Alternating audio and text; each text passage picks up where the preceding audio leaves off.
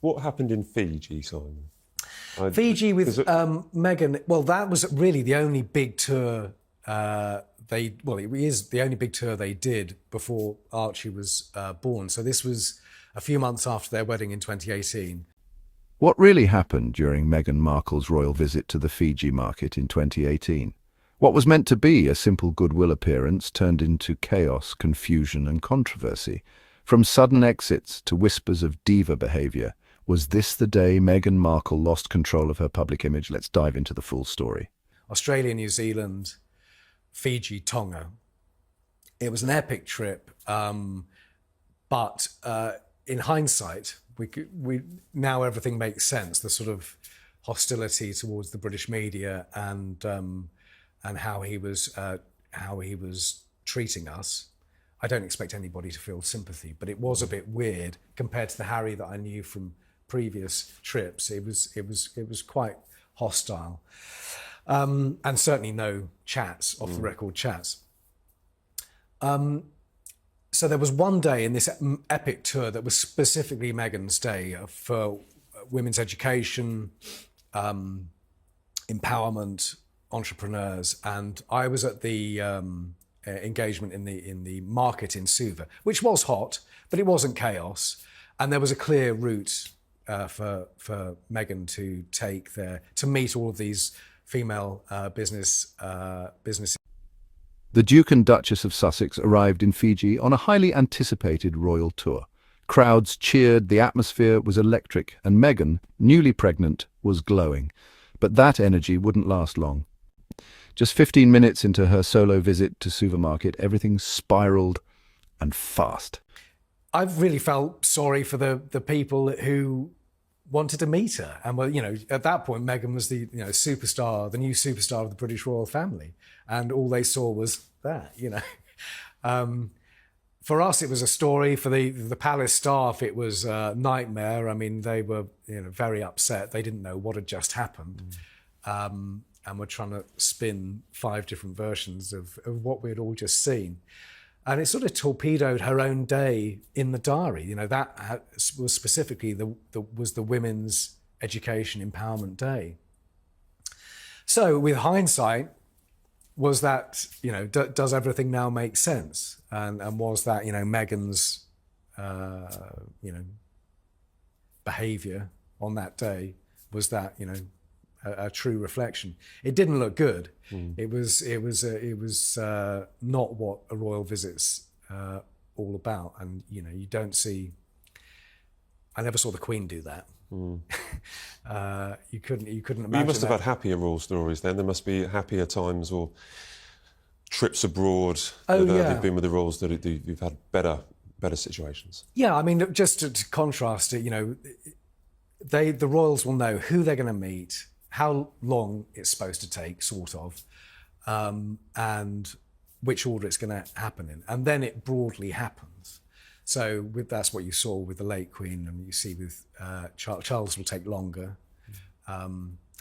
But yeah, I mean, the royal trips that with the Queen, which really stand out, were actually 2 places she had wanted to go for years and years and years. She went to Bergen-Belsen, which was the camp that the British liberated in.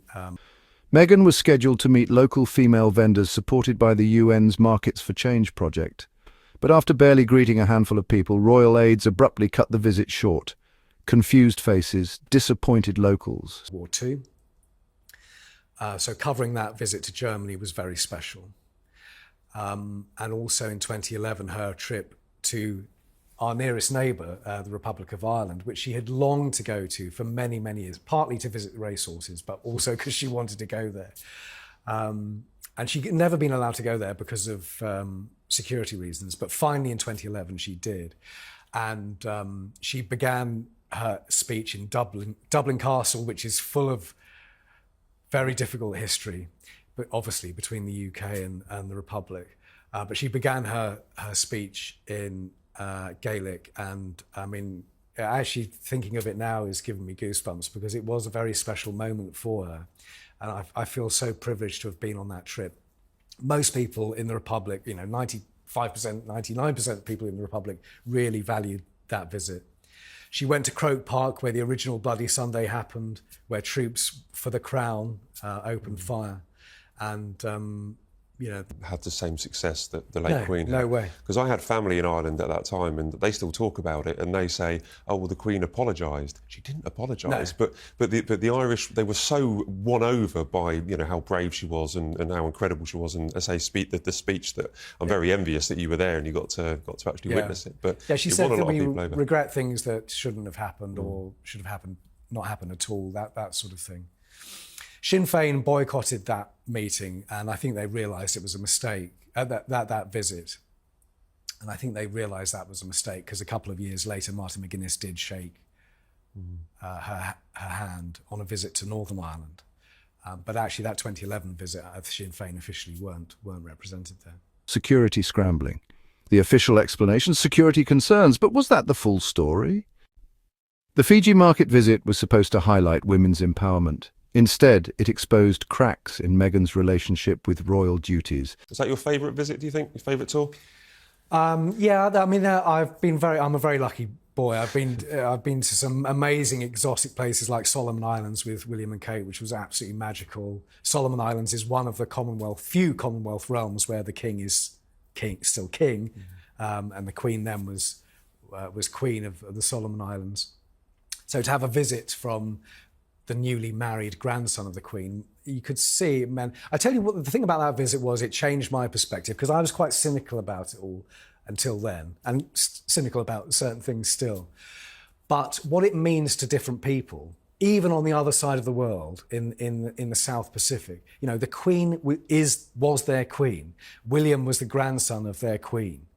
And to see these people who had literally walked all day to go to this open air service, and William and Catherine turned up. I tell you what, my cynicism melted away that day because it meant so much. And who was I to say, this is it's weird that you have a queen on the other side of the earth. And possibly the firm itself. Was this truly a moment of lost control, or was Meghan simply unprepared for the realities of royal life under a global microscope? What do you think happened that day? Was Meghan unfairly targeted, or was this the beginning of the royal unravelling? Let's talk about it in the comments. I'm reading every one. Until next time, stay sharp, stay informed, and don't forget to subscribe.